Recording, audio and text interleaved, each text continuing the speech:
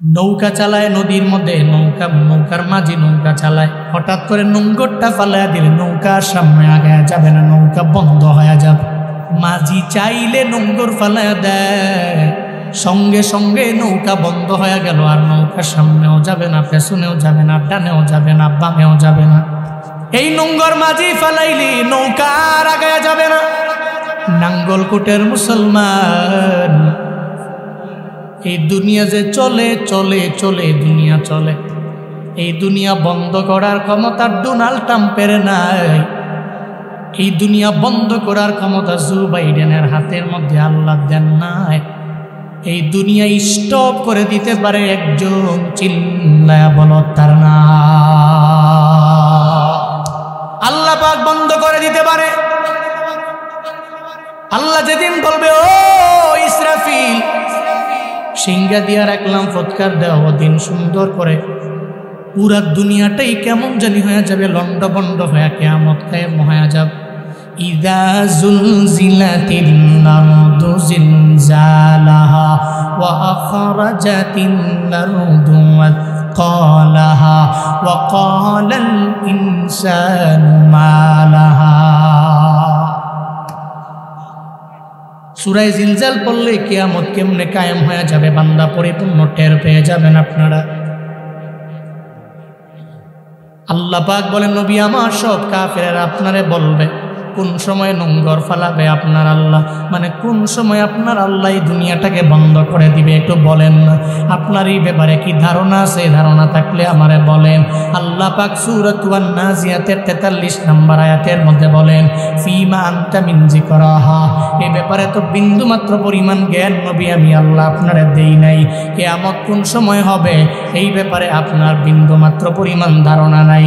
ইলা রাব্বিকা মুনতাহাহা, এই ব্যাপারে জ্ঞানিত হলেন আপনার আল্লাহ, এই ব্যাপারে জানে একমাত্র আপনার আল্লাহ। নবী গো, এই ব্যাপারে বিন্দুমাত্র পরিমাণ জ্ঞান আমি আল্লাহ দেই নাই। তাহলে যদি কোনো হুজুর ইউটিউবের মধ্যে এসে বলে 30 সালে কিয়ামত হয়ে যাবে, 35 সালে কিয়ামত হয়ে যাবে, 40 সালে কিয়ামত হয়ে যাবে, যেই জায়গায় নবী বলে আমার জানা নাই, ওই জায়গায় কোনো আলেম যদি বলে আমার জানা আছে, তাহলে বোঝা যাবে ও আলেম নামের প্রতারক এবং ভণ্ড, ঠিক কিনা? জিবরাইল নবীর দরবারে আসলেন, আয়েশা বলে, ও পয়গম্বর, মাতা সাআয়ের মানে কোন সময় কিয়ামত হবে একটু বলেন না। নবী কয়, জিবরাইল আমার জানা নাই, প্রশ্নকারী আমার চাইতে অনেক পরিমাণে ভালো জানে, আমি জানি না। এর মানে নবীও বললেন কিয়ামত কোন সময় হবে আমার জানা নাই। কোন আলেম যদি বলে 30 সালে হবে, তাহলে ওই আলেম ভণ্ড নাকি ভালো? হাল্লা বিহাল বালা, উম্মতের বলে দাও এরা বড় বিপদের মধ্যে পড়বে, এরা বড় মুসিবতের মধ্যে পড়ে যাবে। 15টা খাসলো যদি দেখতে পাও, তাহলে আমার উম্মতটা বড় বিপদের মধ্যে পড়বে, মুসিবতের মধ্যে পড়বে। ফাকিলা ওয়া মা হুন্না ইয়া রাসূলুল্লাহ, সাহাবায়ে কেরাম বললেন, নবী ওই 15টা খাসলো কি আমাদের বলা যায় কিনা, বলবেন কিনা? নবীজি বলতে লাগলেন, ক্বালা ইযা কানাল মাগনামু দুআলা, 1 নম্বরে গনিমতের মাল, নিজের মাল আমার উম্মতেরা মনে করবে রাষ্ট্রীয় সম্পদ, নিজের মনে করবে এটা রাষ্ট্রের সম্পদ, এটা ভুলেই যাও। এই জন্যই তো স্বৈরাচারীদের জামানায় এক একটা জালেমের অ্যাকাউন্টে এত পরিমাণে টাকা পাওয়া গেল। সুইস ব্যাংকেরা অ্যাকাউন্ট করে, বেগম পাড়ায় রাষ্ট্রীয় সম্পদ দিয়া দিয়া বাড়ি বানায়। রাষ্ট্রীয় সম্পদ যদি নিজের মাল মনে না করত, খোদার কসম আমার দেশের মানুষেরা যেই পরিমাণে পরিশ্রম করে আগায়া যায়, এই যে গ্রামের দিন মজুর মানুষেরা যেই পরিমাণে কষ্ট করে আগায় রে বাপ, যদি এদের টাকাগুলো রাষ্ট্রীয় সম্পদ মনে কইরা বড় বড় নেতারা একটু ভালো লাইনে যদি খরচ করতে পারত, তাহলে আমার দেশটা সোনায় ভরপুর হয়ে যেত, ঠিক কিনা? রাষ্ট্রীয় সম্পদেরা নিজের মাল মনে করবে, 2 নম্বরে নবী জানায়া দেওয়াল আমানাতু মাগনামা, 2 নম্বরে আমানতের টাকা নিজের টাকা মনে করবে, আমানতের টাকা মনে করবে আমার টাকা। এর মানে হলো এমন হয়ে গেল 1 কোটি টাকা রাস্তার জন্য বাজেট হয়ে গেল, 20 লক্ষ টাকা দিয়া কাম কইরা বাকি 80 লাখ টাকা নিজের পকেটে ঢুকাইল। অথচ ওই টাকা তো তার বাবার না, ওই টাকা তো তার দাদার না, ওই টাকা তো তার বংশের কোনো ধনী ব্যক্তির না, এটা তো জনগণের। কিন্তু আমানতের টাকা নিজের টাকা মনে করেছে এমন নেতা আছে না? না, আমানতের টাকা যারা খেয়ানত করে এরা আমার নবীর অনুসারী না, একমাত্র আবু জাহালের অনুসারীরাই আমানতের টাকা মাইরা দিতে পারে, ঠিক কিনা? নবীর জিন্দেগিতে দেখো আমানতের খেয়ানত নাই। পৃথিবীর এমন কোন সেকুলার নাই যে প্রমাণ করতে পারবে আমার নবীর জিন্দেগিতে কারো টাকা নিয়ে আমার নবী মাইরা দিস। ইতিহাস প্রমাণ করতে পারবে না। আল্লাহ তো নবীরে পাঠাইলেন আমানতদারিতার জন্যে। নবী খেয়ানত করে না, নবী আমানতদার, এমন দামি আমানতদার আমার নবী। নাঙ্গলকোটের মুসলমান, টুয়া হাপানিয়ার মুসলমানেরা একটু মনোযোগের কান লাগায় সইনরে বাবা, নবীর মতো আমানতদার এই দুনিয়ার মধ্যে তুমি কাউরে খুঁজে পাইবা না। এক ইহুদি আবু জাহালের বাড়ির মধ্যে গেল, টাকা রাখলো, কয় বিপদে বললে তোমার কাছে চাইলে তুমি আমারে দিয়ে দিবা, কয়ে যাও আমার কাছে টাকা দিয়াই যাও, পরে টের বাবা। কয়েকদিন পর ইহুদি বিপদে পড়ে যায়, দৌড়ে যায়, কয় আবু জাহাল এই টাকাগুলো তোমার কাছে রাখলাম, তুমি আমারে দিয়া দাও। কয় তুই টাকাই রাখো নাই। কয় তোরে চিনি না। ইহুদি কয় কয়েকদিন আগে টাকা রাখলাম, এখন তুমি আমারে চিনো না। কয় এটার নাম তো আবু জাহাল। ইহুদি একবারের জায়গায় দুবার কয় বড় বিপদের মধ্যে পড়ে গেলাম, আমার টাকাগুলো আমারে দাও, বড় উপকার আমার হয়ে যাবে। আবু জাহাল কয় দিব না। তুই কি করবি? একবারের জায়গায় দুবার যদি বলো, ঘর থেকে তরবারি আই না, তোর দেহ থেকে আমি গর্দানটাকে আলাদা করে দিব। চিল্লায় পড়া যাবে কিনা? আউযুবিল্লাহ। ইহুদি চিন্তায় পড়ে গেলেন, আমার টাকা লাগবে না, টাকার বিন্দু মাত্র পরিমাণ আমার প্রয়োজন নয়। দৌড়ে রওনা হয়ে গেল। আবু জাহালের দরবারে যদি থাকি টাকাও পাবো না, আবার কল্লাটাও হারানো লাগবে, আমার দেহ থেকে গর্দান আলাদা হয়ে যাও। চোখের পানি ফালায়া ফালায়া যখন চোখের পানি মুছতে মুছতে নিজের বাড়ির দিকে রওনা। রাস্তায় যাওয়ার পরে আমার মায়ার নবীর সাথে মুলাকাত। কার সাথে? হ্যাঁ, মায়ার নবীর সাথে, যেই নবীর দিলটাকে আল্লাহ পাক মায়া দিয়েই বানাইছে। মায়ার নবী ডাক দিয়া বলে, ইহুদি কই যাও? তোমার কাছে বইলা তো আমার বিন্দু মাত্র পরিমাণ লাভ নাই, আরো লস হবে, আমার লাভ হবে না। এই জন্য মোহাম্মদ তোমার আমি বলতে রাজি না। নবী কয় তুমি কান্দো কেন? আমারে বলো না। একটা মানুষ যদি চোখের পানি ফেলে কান্দে, আমি নবী সইতে পারি না। ইহুদি আমায় বলো না, মনের মধ্যে কি ব্যথা আছে আমারে জানাও। সঙ্গে সঙ্গে ইহুদি 2-3 বার 4 বার রিকোয়েস্ট করার পরে আবার বলতে লাগলো, রে মোহাম্মদ, আবু জাহালের দরবারে টাকা দিয়ে আসলাম, কিছুদিন পরে বিপদে পড়ার পরে আমি যখন তার বাড়িতে আমার আমানতের টাকা আনতে গেলাম, মাইরা দেয়, উল্টা আমারে হুমকি দিয়া ধমক দিয়া ওই জায়গা থেকে আমারে তাড়ায়া দেয়। চোখের পানি ফালায়া ফালায়া কান্না করে চোখের পানি মুছতে মুছতে মুছতে আমি বাড়ির থেকে রওনা হয়ে গেল। নবী কয়, ইহুদি চল না, আমি নবী একটু চেষ্টা করে দেখি আবু জাহালের দরবার থেকে টাকাগুলো উদ্ধার করে দেওয়া যায় কিনা, চিল্লা পড়া যাবে কি সুবহানাল্লাহ। ওই যে ইহুদিরে আমি তাড়াইয়া দিলাম, ওই ইহুদি আবার মুহাম্মদের সুপারিশ বলার জন্য নিয়ে আসলো। এত বড় সাহস ইহুদি কোত্থেকে পাইল? কেন আবার মুহাম্মদের সুপারিশ কোয়ার লেগে লয়ে আইলো?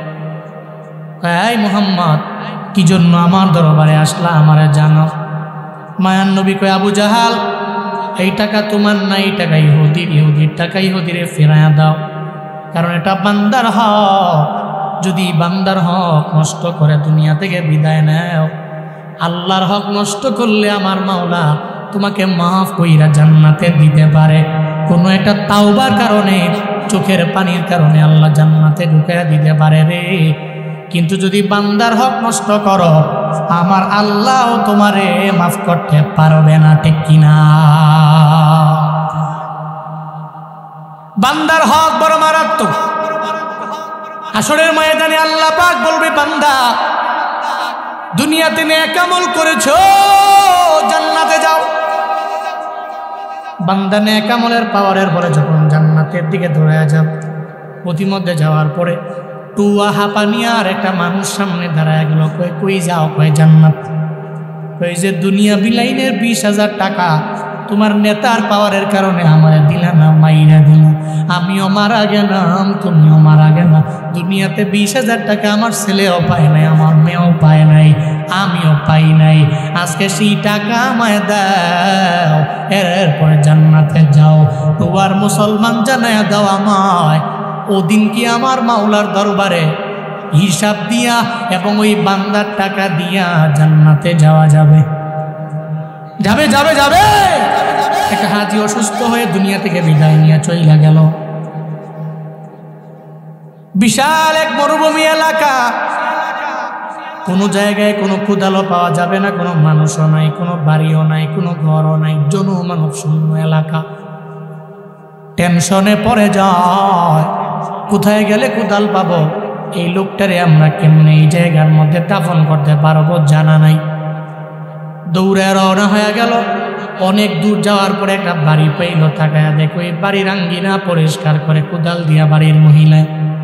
কে মহিলা, এই কুদালটা দাও। এই কুদালটা নিয়ে আমরা একটা হাজির কবরটাকে খনন কইরা এরপরে আমরা তোমার কুদাল তোমারে আইনা দিয়ে নিব। ওই উপকারের মায়ে তো বাগে খায়। অনেকজন এটা বইলা কুদাল নেয়, মরুভূমির মধ্যে রাইখাই চলে যায়। আমার কুদাল আমার বাড়ির মধ্যে আইনা দেয় না, এমন নজির প্রমাণ আছে না নাই? তোমার উপকারের মায় বাগে খায়। আগে তোমারে শর্ত দিয়া দিলাম, আমার কুদাল আমারে ফিরে দিবা, আইনা আমার হাতের মধ্যে দিয়ে দিবা। এই শর্ত মানলে তোমাদের কুদাল দিয়ে দিতে পারি। ওই শর্ত মেনে নিলাম। এরপরেও কুদালটা আমাদের দাও। কুদাল নিয়ে যখন মরুভূমির মাঝে ওই ব্যক্তিটাকে দাফন কাফন শেষ করার পরে একটা পর্যায়ে ওই কুদালটা কবরের মধ্যেই রাইখা উপরে চলে আসলো। একজন আর একজনের কয় কুদাল কই? কয় কুদাল তো ডানে বামে কোথাও দেখা যায় না, চতুর্পাশে কোথাও কুদাল নয়। একজনে কয় মনে হয় ভুলে কুদালটা কবরের মধ্যে রাইখা আসলাম।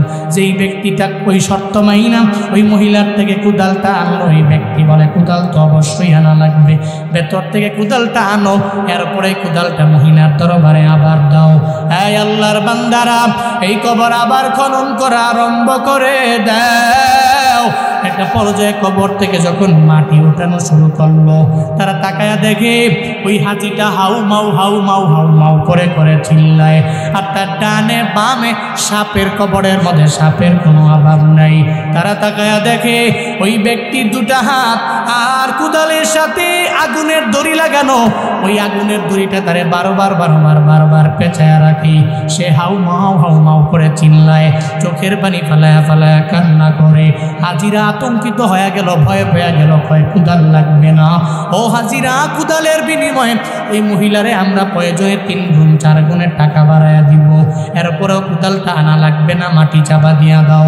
হাজিরা মহিলার কাছে গেল, বুঝাইয়া দিয়া কুদালের বিনিময়ে 4 গুণ টাকা দিয়া এরা রওনা হয়ে গেল মক্কা মদিনায়।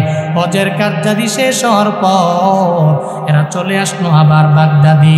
ওই ব্যক্তির এত পরিমাণে আযাব কেন শুরু হয়ে গেল এটা জানার জন্য তার যে হোম মিনিস্টার মানে ঘরওয়ালি, ওই ঘরওয়ালির দরবারে ধরায়া যায়। আর কয়, এই তুমি কি ওই স্বামীর স্ত্রী? কয় হা হা। ওই ব্যক্তির স্ত্রী হলে আমাদের জানাও, কেন তার দেহে আযাব হয়ে গেল, কেন তার কবরের মধ্যে ঢুকানোর পরে এত শাস্তি হয়ে গেল, এই ব্যাপারে তো অবশ্যই তোমার জানা আছে, তুমি আমাদের জানায়া দাও। ওই মহিলা কয়, কয়েকদিন আগে তো একজন বিজনেস পার্টনারকে সে মারল, মাইরা তার সমস্ত টাকা পয়সাগুলো কেড়ে নিয়ে গেল। আবার বাড়ির মধ্যে এসে কয় এই টাকাগুলো নিয়ে আমি বাইতুল মালে যাব, হাজরে আসওয়াদে চুমো দিব, দিলে জিন্দেগির সমস্ত গুনাহ আমার মাফ হয়ে যাবে। আল্লাহ বুঝি তারে হজে নিয়ে যাবে, এই টাকা তো বিন্দু মাত্র পরিমাণ হালাল না, এটা হারাম। আল্লাহ ক্ষেতের চাকা খেতেই ভাঙ্গে, আইলে তুইলা ভাঙ্গে না, ঠিক কিনা? আল্লাহ খেতের চাকা খেতেই ভাঙ্গে, লাইলে তুইলা আইলে তুইলা ভাঙ্গে না।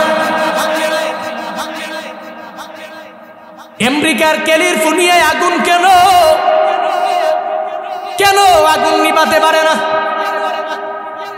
সাংবাদিকেরা কয় আগুন কেন নিবে না, কেন নিভাতে পারি না, কেমনে লাগলো এই ব্যাপারেও জানা নাই।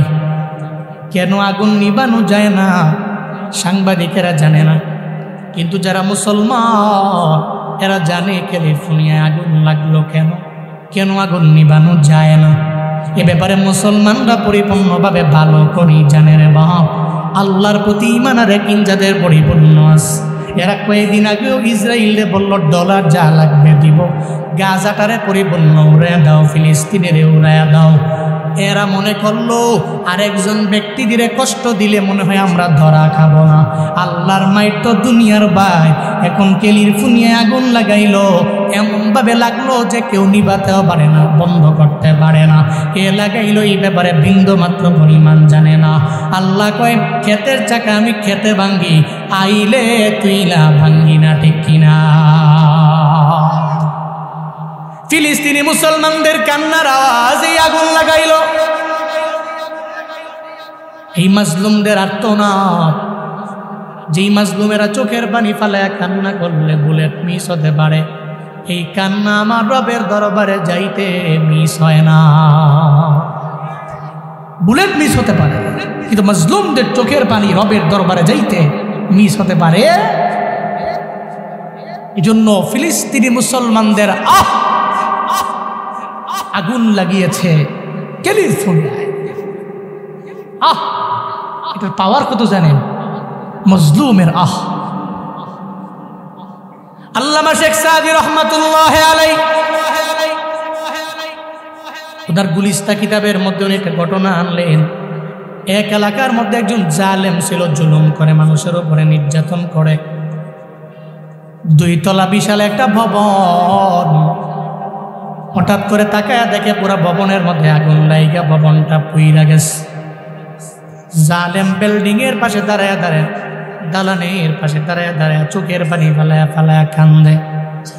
আর কয় কিসে আগুন লাগাইল, কেন আগুন বন্ধ করতে পারি না? পাশ দিয়ে একটা বুজুর্গ যায়, একটা পীর পাশ দিয়া দিয়া হাইটা যায়। একটা পীর বুজুর্গ কয় কিরে জালেম তুই কান্দকে? কয় 2 তলা দালানটা কে যেন আগুন লাগাইল, কিভাবে যেন পুইরা গেল। কয় আগুন তো কেউ লাগায় না, গরিবের উপরে যে বারবার জুলুম করলা, নির্যাতন করলা, ওই গরিবের শব্দটা আমার মাওলার দরবারে পৌঁছা গেছে। ওই গরিবের শব্দের আল্লাহ আগুনটা লাগায় দিছি। গরিবের রবের দরবারে গেছে, ওই গরিবের শব্দের আগুন তোমার 2 তলা দালানটা জ্বালায়া পুরা ভস্ম করে দিছে। এই জন্য গরিবের শব্দের অনেক পাওয়ার। বলতেছিলাম বান্দার হক মারাত্মক, নষ্ট করা যাবে। নবীজি মনে আসেনি? কান টানলে মাথা আসে। হ্যাঁ, নবীজি বলতে লাগলেন আবু জাহাল তোমার হক না, বান্দার হক দাও, এটাকে তোমার না। ধমক দিলেন। আবু জাহাল কয় কি মোহাম্মদ একবারের জায়গায় 2 বার বললে তুমি মনে করছো তোমার ছেড়ে দিব না? তোর বাড়ি আই না, তোমারেও তোমার দেহ থেকে কল্লাটা আলাদা করে দিব। নাউজুবিল্লাহ পড়বেন না। এটা বলার পরে দৌড়ে যখন চলে গেল আবু জাহাল ঘরের মধ্যে, তরবারি আই না, আমার নবীর দেহ থেকে কল্লা আলাদা করে দিবে। মায়ার নবীর ডানেও কেউ নাই, বামেও কেউ নাই, সামনেও কেউ নাই, পেছনে কেউ নাই। মনে রাখবারে বাবা, দুনিয়ার কেউ যেখানে নাই ওই জায়গায় আমার আল্লাহ আছে না? না, আল্লাহ তো আছে। মায়ার নবী বলল মালিক এখন আমার সাহায্যকারী কেউ নাই, তুমি চাইলে তো আমার একটু সাহায্য করতে পারো রে আল্লাহ। আল্লাহ কয় আমার নবী আমার কাছে সাহায্য চাইলো, আমি কেন আমার নবীর সাহায্য করব না? ও জিবরাইল, একটা বাঘ সাইজে আমার নবীর পাশে গিয়া দাঁড়ায়া যাও, আবু জাহালের দরবার থেকে টাকাগুলা উড্ড কইরা ইহুদির হাতের মধ্যে পৌঁছায়া দাও। জিবরাইল বাঘ সেজে যখন আমার মায়ার নবীর দিকে দৌড়ায়া যায়, একটা পর্যায়ে নবী দাঁড়ানো, আমার মায়া নবী তাকায়া তাকায়া দেখে বাঘ দৌড়ায় আসি। আবু জাহাল তরবারি আইনা দেখে একটা বাঘ আমার নবীর দিকে আসে। আবু জাহাল কয়, মুহাম্মদ তুমি এখান থেকে সরে যাও, নাইলে বাঘ তোমারে খেয়ে ফেলবে, তোমারে মেরে ফেলবে। আমার মায়ার নবী বলে, ও আবু জাহাল, না না, বাকি আমারে খায় নাকি তোমারে খায় একটু পরে টের বাবা, একটু পরে টের পেয়ে যাবা, বাকি আমারে ধরে নাকি তোমারে ধরে। এমন একটা হালাতে যখন একটা পর্যায়ে দেখা গেল বাঘ আমার নবীর পাশে এসে দাঁড়ায়া যায়, আবু জাহাল তাকায়া দেখে বাঘ শুধু আবু জাহালরে খাওয়ার জন্য দৌড়ায়। নবী তাকায়া দেখে বাঘ যায় না, নবীর পাশেই বাঘটা এসে দাঁড়ায় রইল। আবু জাহাল ভয় পেয়ে গেল, আমার নবীরে বলতে লাগলো, মুহাম্মদ তুমি বাঘটারে থামাও, কারণ এই বাঘ খাওয়ার জন্য আমার দিকে দৌড়ায়। আমার মায়ার নবী কয়, না না আবু জাহাল, বাঘ তো তোমার দিকে যায় না, তুমি বাঘের কেন এত ভয় পাও? আবু জাহাল কয়, না না বাঘটারে থামাও, বাঘ আমার দরবারে আসে। নবী দেখে বাঘ যায় না, আবু জাহাল দেখে বাঘ আবু জাহালকে খাওয়ার জন্য দৌড়ায়। এই কুদরত দুনিয়ার কারণ, এই কুদরত একজনের, চিল্লায়া বলো তার না। কার কুদরত? কাদের কুদরত তুদারি বর কামাল, আনতা রব্বি আনতা হাসবি দুল জালাল, তুহি কাদের জলিলুল্লাহ জাহাদা বহর হালে, তুহি মেরা নেগাহাদা। আল্লাহ পাকের কুদরতে আবু জাহাল তাকায়া দেখে বাঘ আবু জাহালের দিকে দৌড়ায়। মায়ান নবী দেখে বাঘ আবু জাহালের দিকে যায় না, বরং দাঁড়ায় রইল।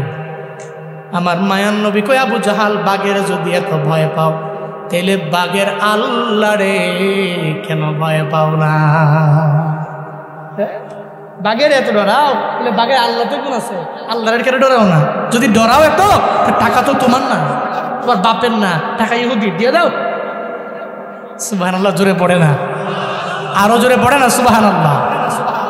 দিয়ে দাও। মুহাম্মদ তোমার পায়ে ধরছি, বাঘ থামাও, টাকা আনতাছি। ঠিক আছে বাঘ থামাইলাম, বাঘ তো আসলে যায় না, দাঁড়ায় রইস। ইহুদি কাছে টাকাই না দিয়া কয়, ইহুদি যাও গা, হ্যাঁ মুহাম্মদ যাও তুমি। ডরে, বাঘের ডরে পৃথিবীতে মুশরিকরা মুনাফিকরা এরা তো বেশি ভয় করে, কিন্তু মুমিনরা, ওই যে আগে বলছি না, মুমিনরা কারে ভয় করে? আরো জোরে বলতে হবে, কারে ভয় করে? আল্লাহকে ভয়। ভয় পেয়ে গেল, টাকা দিয়ে দিল। নবী কই, ইহুদি পাইছো বুঝা? পাইছি, যাও। নবী চলে গেলেন। জিবরাইল বাঘের বেশি আসছেন, জিবরাইল চলে গেলেন। পথিমধ্যে যাওয়ার পরে ইহুদি মনে মনে চিন্তা করে, এতদিন যার দল করলাম তার দল কইরা তো আমার লাভ নাই। যেই ব্যক্তিটা আমানতদার না, যে বিন্দুমাত্র পরিমাণ মানুষের আমানতটাকে আমানতদারিতার সাথে রাখতে পারে না, জীবনেও কোনো দিন তার দলের মেম্বার আমি হতে পারি না। যেই মুহাম্মদের গালি দিলাম সারা জীবন লাগায়া, ওই মুহাম্মদের মতো আমানতদার এই দুনিয়ার মধ্যে আর 2 নাম্বার কেউ হতে পারে না। যেই মুহাম্মদের গালি দিয়েছি, ওই মুহাম্মদ একটা কালেমার দাওয়াত দেয়, জীবনেও কোনো দিন এটা মিথ্যা হতে পারে না, পারে না। ইহুদি দৌড়ে চলে গেল আমার মায়ার নবীর দরবারে, যা কয়, ও মুহাম্মদ তুমি আমারে যে উপকার করলা, তুমি আমার টাকাটাই আবু জাহালের দরবার থেকে আমারে ফিরে আইনা দিলা। তোমার মতো ভালো মানুষ এই জগতের মধ্যে কেউ হতে পারে না। তুমি যেই ধর্মের দাওয়াত দাও, ওই ধর্মের একজন সদস্য আমারে বানায়া দেও, আমারে পড়ায়া দেও লা ইলাহা ইল্লাল্লাহ মুহাম্মাদুর রাসূলুল্লাহ সাল্লাল্লাহু আলাইহি ওয়াসাল্লাম আমারে কালেমা পড়ে মুসলমান পড়ে।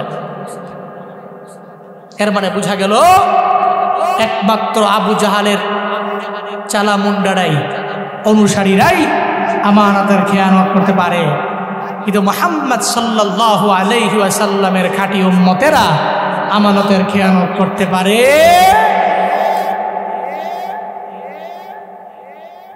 2 নাম্বার গেল। 3 নাম্বার নবীজি বলছেন যাকাতু মাগরামা, আমার উম্মতেরা যাকাতকে মনে করবে জরিমানা। কি মনে করবে? সবাই বলতে হবে, কি মনে করবে? জরিমানা মনে করবে। যাকাত মনে করবে জরিমানা। অথচ যাকাত দিলে সম্পদ বাড়ে না কমে? বাড়ে না কমে? যাকাত দিলে সম্পদ বাড়ে, আল্লাহ বরকত দেয়। কিন্তু নবীজি বলছেন উম্মতেরা এমন একটা পর্যায়ে আসবে এদের ভিতরে, এরা যাকাতকে জরিমানা মনে করে 1 লক্ষ টাকার যাকাত 20,000 টাকা দিয়া বাকি 80,000 টাকায় নিজের কাছে রাইখা দিবে, মনে করবে যেটা জরিমানার মতো। এরকম আছে না নাই?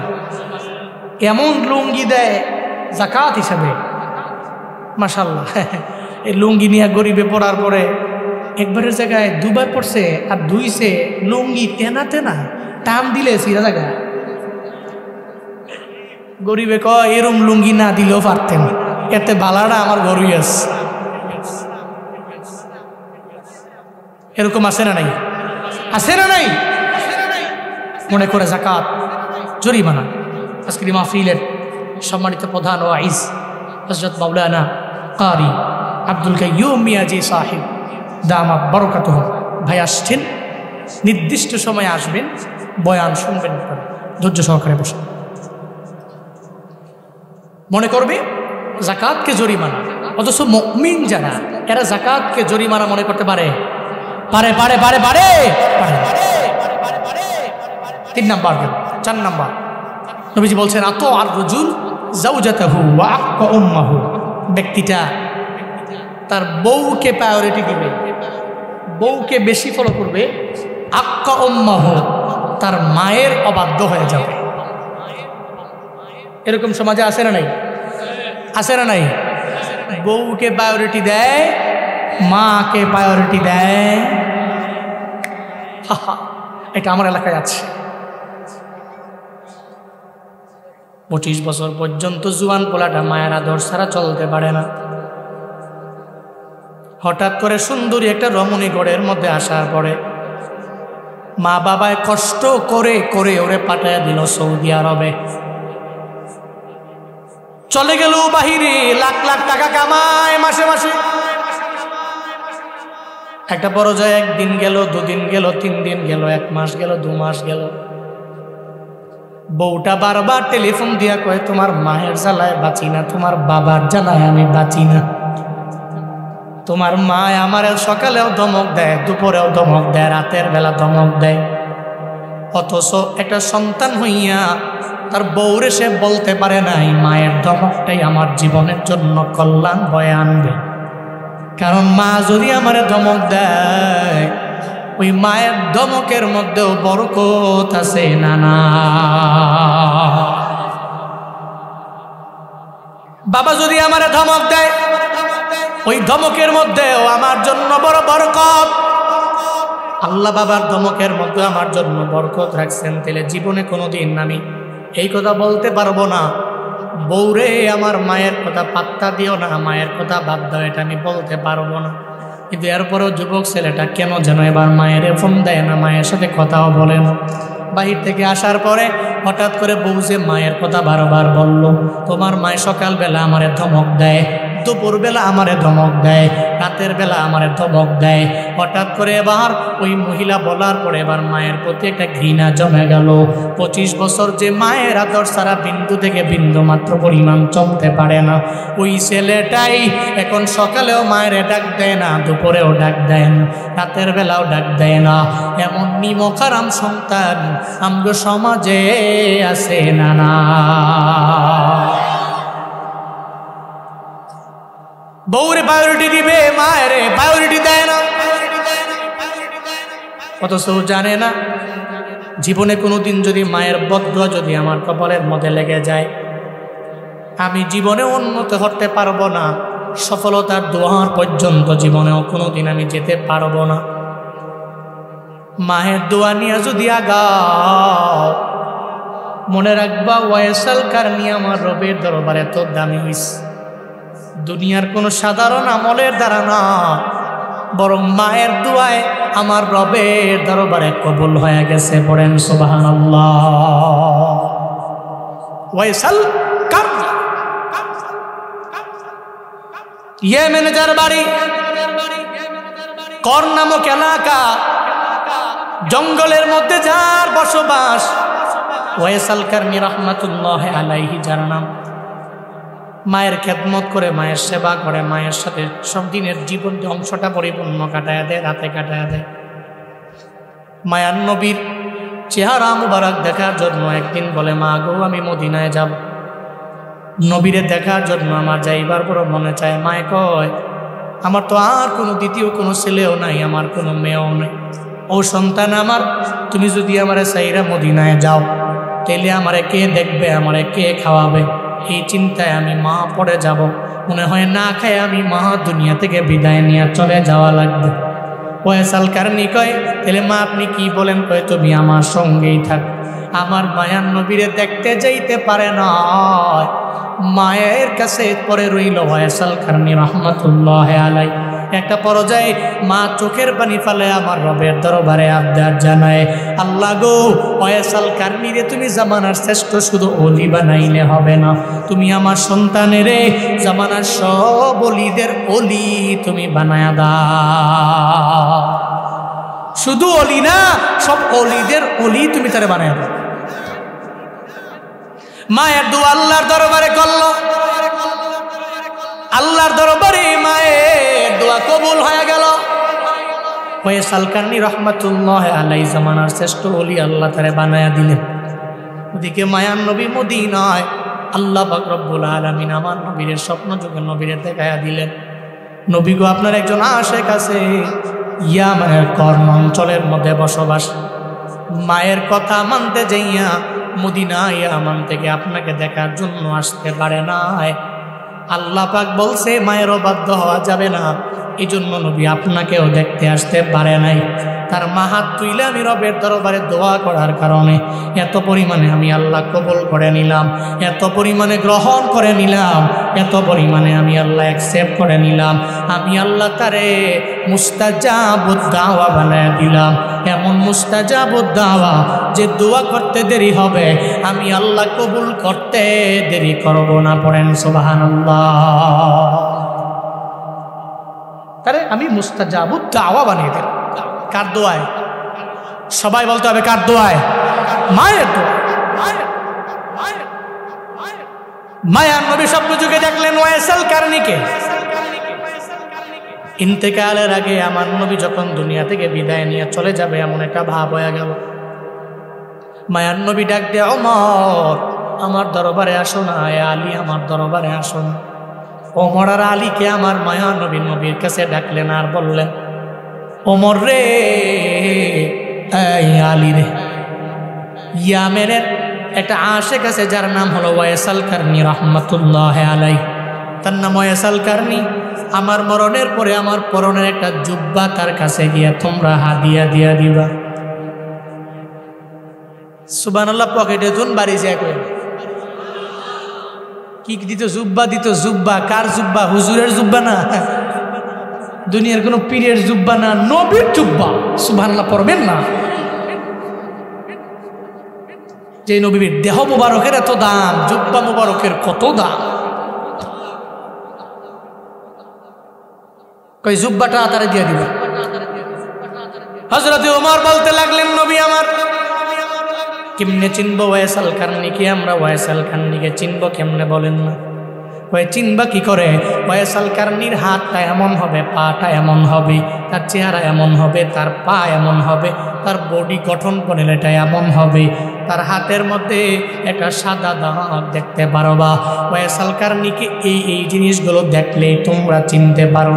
এটা বলার পরে হযরত ওমর আর আলী তো বড় অবাক হয়ে গেলেন, ডেকে বলে, পয়গম্বর, ওয়াইসাল কারনী তো আপনাকে দেখতে আসতে পারেন নাই, কিন্তু ওয়াইসাল কারনীর এই গঠন প্রণালীর ব্যাপারে আপনি কেমনে জানেন?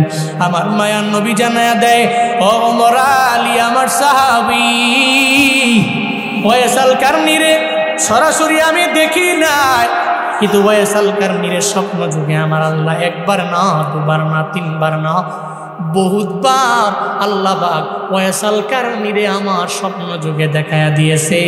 চিল্লায়া পড়া যাবে কি মারহাবা? একবার দুবার না, বহুবার ওয়াইসাল কারনীরে আল্লাহ পাক স্বপ্ন যুগে আমার দেখায়া দিচ্ছে। ওয়াইসাল কারনীর জন্য বড় দামি। মনে রাখবা, নবী বলছেন, কেউ যদি আমার মায়ার নবীর স্বপ্ন যুগের মধ্যে আমার মায়ার নবীরে দেখে, তার জন্য জান্নাতটা ওয়াজিব হয়ে যায়, তার জন্য জাহান্নাম হারাম হয়ে যায়। ও হাপানিয়ার যুবক, আমার মায়ার নবীরে দেখতে পারলে এত লাভ, এত পরিমাণে ফায়দা। আল্লাহ পাক তোমার জন্য জান্নাতটারে ওয়াজিব বানায়া দিবে, জাহান্নামটারে তোমার জন্য হারাম বানায়া দিবে। নবীরে কেমনে দেখবা? একটা আমল তোমাদের শিখায়া যায়। প্রতি রাতের বেলা ঘুমানোর আগে নাটক না দেখা, সিনেমা না দেখা, ছবি না দেখা, ঘুমানোর আগে যদি শতবার একটা তাসবিহ নিয়ে অথবা হাতের করা গয়না আমার নবীর উপরে দরুদ পড়ো, সাল্লাল্লাহু আলাইহি ওয়াসাল্লাম, সাল্লাল্লাহু আলাইহি ওয়াসাল্লাম, সাল্লাল্লাহু আলাইহি ওয়াসাল্লাম। এভাবে যদি 100 বার তুমি হাতের করা গয়না ঘুমায়া যাইতে পারো, হয়তো প্রথম দিনে মোলাকাত হবে না, হয়তো 1 মাসে মোলাকাত হবে না, হয়তো 1 বছরে মোলাকাত হবে না, হয়তো 2 বছরে মোলাকাত হবে না, তবে তোমার মরণের আগে একদিন দেখবা স্বপ্ন যুগে আমার মায়ার নবী হাজির। নবীরে দেখলে জান্নাত ওয়াজিব, জাহান্নাম হালাল না হারাম?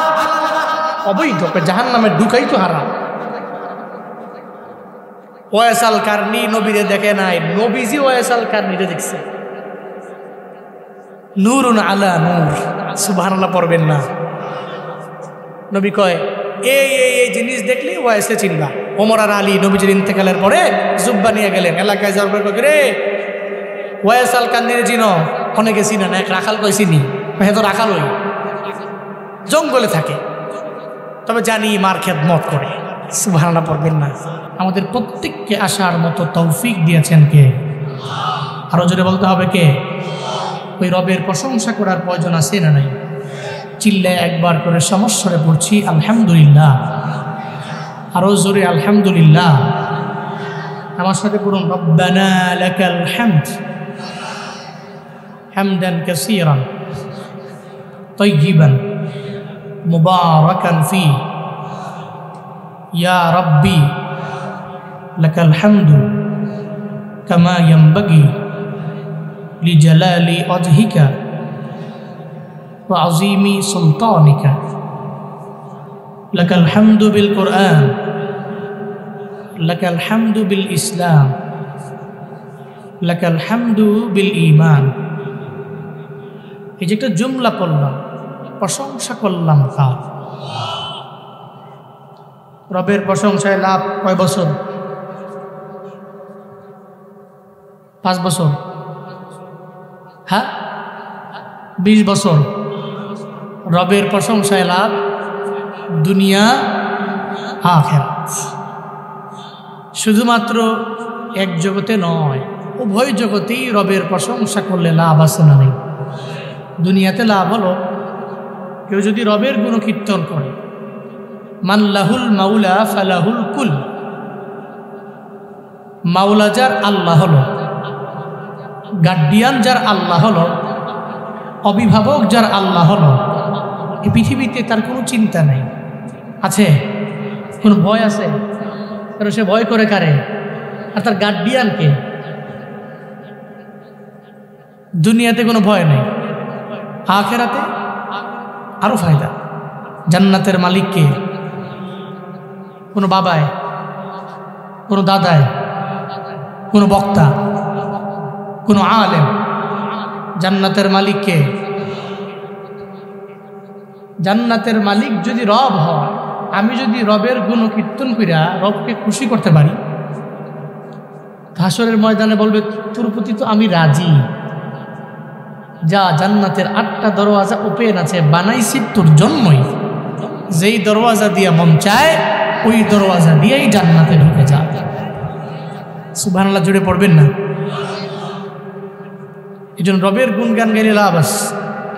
দুনিয়ার মানুষের গুণ কীর্তন করলে লাভ হয় 5 বছরের, নইলে 10 বছর। আর না হয় পিটায়া পুটায়া মাইরা ধইরা মানুষের বাড়িতে হামলা দিয়া, মামলা কইরা, আগুন জ্বালায়া দিয়া, সব পুইরা সারখার কইরা, কথায় কথায় বিভিন্ন লাইনে গালি দিয়া, এক কথায় মানুষগুলোকে বাড়ি ছাড়া করে, সর্বোচ্চ লেভেলের অত্যাচার করে, মানলাম যে আরো 6 বছর। মানুষের গুণগান গাইলে লাভ হয় 16 বছরে, ঠিক কিনা? এরপরে যার গুণগান গাইলাম হেও নাই, যে গাইছে হেও নাই, এর মানে নেতাও নাই, খেতাও নাই, ঠিক কিনা? একটা কেউ খুঁজে পাওয়া যাচ্ছে না, আর থাকলেও পলায়া পলায়া, কোন রকম নিজেরে বাঁচায়া। ভাই চাচা, নিজের প্রাণ আগে বাঁচা, কিন্তু এটা মুমিনের কাজ নয়। মুমিন পৃথিবীতে চলার পথে এমন কোনো কাজ করবে না যে কাজ করার পরে পলায়া পলায়া নিজের জান বাঁচায়া বিভিন্ন জায়গায় ঘুরতে হবে, বেড়াতে হবে, দেশ ত্যাগ করতে হবে। এটা মুমিন করবে না। মুমিন তো রবকে ভয় করে, তো জানে আমার কাজ লিগেল, মরলে জান্নাত। সুবহানাল্লাহ জোরে পড়বে। যেমন আব্দুল্লাহ ইবনে হুযাফা রোম সম্রাট ছিল, পাওয়ারফুল সম্রাট। তদানীন্তন সময়ের ওই সাম্রাজ্যই ছিল মোস্ট বিগেস্ট, বড় সম্রাট ছিলেন রোম সম্রাট। আব্দুল্লাহ ইবনে হুযাফাকে বলছে, তুমি সেনাবাহিনী? হ্যাঁ। মুসলমানদের? হ্যাঁ। সেনাপতি? হ্যাঁ। কইলে তোমার সাথে তো কথা বলি লাভ নাই, তোমার চেহারা চুহারা বডি দেখলে তো আমার সেনাপতি মনে হয় না। আমরা তো আমাদের দেহের বলে যুদ্ধ করি না, আমরা আমাদের ঈমানের বলে যুদ্ধ করি। হ্যাঁ, কেমন সাহাবী তারা ছিলেন। রোম সম্রাট বলছে, দিল অফার দিলাম। কি অফার? কয় আমার একটা কন্যা আছে, তোমার কাছে বিয়া দিন, তুমি আমার জামাই হওয়ার পরে আমার সাম্রাজ্যের অর্ধেকটা সাম্রাজ্যের অধিপতি তোমাকে বানায় দেব। শর্ত হলো তুমি ধর্মান্তরিত হবা, তোমার ধর্ম ত্যাগ করে আমার ধর্ম। আব্দুল্লাহ ইবনে হুযাফা বলেন, রোম সাম্রাজ্যের অর্ধেক কেন, সারা বিশ্বও যদি আব্দুল্লাহ ইবনে হুযাফার এক হাতে আইনা দাও, জীবনে কোনোদিন আব্দুল্লাহ ইবনে হুযাফা ধর্মান্তরিত হবে না। একবার যারা ইমানের মজা পেয়েছে, জেলখানা ভয় করে না, জিন্দানখানা ভয় করে না, ফাঁসির কাস্টে ঝুলতেই নিজের জন্য স্বাচ্ছন্দ্য মনে করে, কারণ ও জানে মরলে জান্নাত। চিল্লে এখন ঠিক কিনা? জানে মরলে জান্নাত, কারণ মৃত্যু তার জান্নাতে যাওয়ার লেক, খাল, প্রতিবন্ধকতা। এ খালের এপার ব্যক্তিটা, এ খাল হচ্ছে মৃত্যু, ও খালের ওপার হচ্ছে জান্নাত। পড়বেন না সুবহানাল্লাহ। এই জন্য মুমিনেরা পলায় না, এরা মুনাফিক না, মুমিন তো মুমিনই। আল্লাহ মৃত্যু পর্যন্ত মুমিনদের খাতায় আমাদের নামটা উঠে রাখেন। সকলেই পড়ি আমিন। আরো জোরে পড়তে হবে আমিন। আপনারা কি রাগ করছেন নাকি? কষ্ট হচ্ছে নাকি আপনাদের? আপনাদের বাড়ি কুমিল্লায়, আমার বাড়িও কুমিল্লায়। এই জন্য আমরাই আমার অনেক ছাত্র ভাই ক্লাসমেট আছে নাঙ্গলকোটে, অনেক আছে। তো এলাকাটা আমারই মনে হয়। কালকে প্রোগ্রাম ছিল নেত্রকোনায়, নিজের এলাকা মনে হয় না, যতই বয়ান করে নিজের এলাকা তো। এর আগের দিন করছে হচ্ছে জামালপুর শেরপুরে, এর আগের দিন সিলেটে, কালকে কক্সে। এই যে একটা বিষয়, যত জায়গায় যাই, কুমিল্লা আসলে একটু মজা লাগে, বয়ান করতে ভালো লাগে। কারণ নিজের জেলা তো, মানুষগুলো নিজের জেলার মতোই মনে হচ্ছে, নিজের গ্রামের মতো মনে হচ্ছে। ধৈর্য সহকারে বসেন। আমার পরে যিনি বয়ান করবেন, ওনার কণ্ঠ অনেক ভালো, সুন্দর বলেন। উনি দোয়া দিয়া, ওনার থেকে দোয়া নিয়ে বাড়ি যান। ধৈর্য সহকারে বসতে পারবেন তো ইনশাআল্লাহ? আল্লাহ পাক আমাকে আপনাকে তৌফিক দান করেন। আমি খুতবায় সূরাতুন নাজিআতের 42, 43, 44 এই 3টি আয়াতে কারিমা তিলাওয়াত করেছি। খুতবায় তিরমিজি শরীফের 2210 নম্বর একটা বিশুদ্ধ হাদিস, বড় হাদিস আমি পড়েছি। আল্লাহ তৌফিক দিলে এ বিষয়ে কিছু কথা আমি বলবো, আপনারা শুনবেন। আল্লাহ আমাকে আপনাদেরকে ধৈর্য, হিম্মত, শক্তি, তৌফিক দান করেন। ভাই সব দুনিয়াতে থাকতে পারবো না কেউ, সবাই চলে যেতে হবে। একটা বিষয় আমাদের ঈমান আছে, দুনিয়ার পরে কি? সবাই বলতে হবে, দুনিয়ার পরে কি? আর কবর হচ্ছে আখিরাতের প্রথম মঞ্জিল। কি? প্রথম মঞ্জিল, প্রথম স্টেশন। যাবেন কক্সবাজারে, বাস দিয়ে রওনা, প্রথম কই যে ব্রেক দিবেন, কই চট্টগ্রাম। চট্টগ্রাম কোথায়? কয় সাতকানিয়ায়। কোন হোটেলে? কয় ফোর সিজনে।